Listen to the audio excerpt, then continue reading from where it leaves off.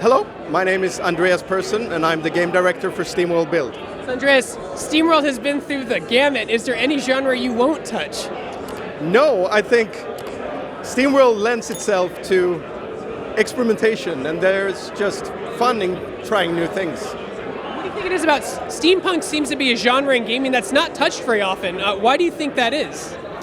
I think it can be quite hard to not make it dull and disinteresting, but I think with SteamWorld, since it's still a bit on the goofy side and cartoony, you can make a lot of fun stuff with it. What have you guys learned from like SteamWorld Dig and your other and SteamWorld RPGs that you've applied to Build, and like what lessons have you learned? I would say just coming up with new interesting combinations. Like if you look at Dig, it took like Metroidvania together with the digging gameplay and mixed that together. You had SteamWorld Heist that took like almost XCOM-like gameplay together with worms and made it work really well. And when we started working on SteamWorld Build, we knew that we wanted to make a combination of some kind. And we also wanted to pay dividends to the legacy of SteamWorld games. So we wanted to make something that people who played the previous game could recognize. And that's why we settled on a SteamWorld game where city building with also digging, because that's where it came from in the beginning, basically.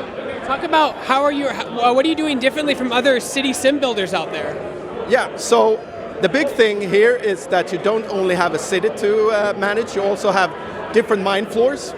So the goal of the game is basically to find rocket pieces down in the mine, gather them, and then fuel the rocket and launch it to escape the dying Earth. And to make that possible, you have to dig deeper down in the ground in the mine, find new resources to further your city, and also find the rocket pieces. So the mixed layers makes it really interesting, because in many city builders you have always a time when you have to wait for something. Here you can always go down in the mine and do something there, and just spend your time, do 20 minutes in the mine, and then go back up in the city and continue where you left off. I know it's hard for people who are not here to see your demo, but it runs so smooth on a laptop. Like, with how many models and things you have on screen, how did you guys make that possible? We have really good coders. No, but we're working with Unity, and we have several years experience with Unity. So we learned all the pitfalls and stuff. We have a few different solutions that wouldn't be possible with out of the box. So for instance, our animations isn't skin, they're animated in a shader instead. And that allows us to have a lot of models animated on screen at once. And the thing is too, you're demoing this game on a controller. And I say this again, a city sim builder with a controller. How'd you guys manage that? Yeah, so we knew that we wanted to. SteamWorld is a console title from the start, and we knew that we wanted to make this for consoles as well.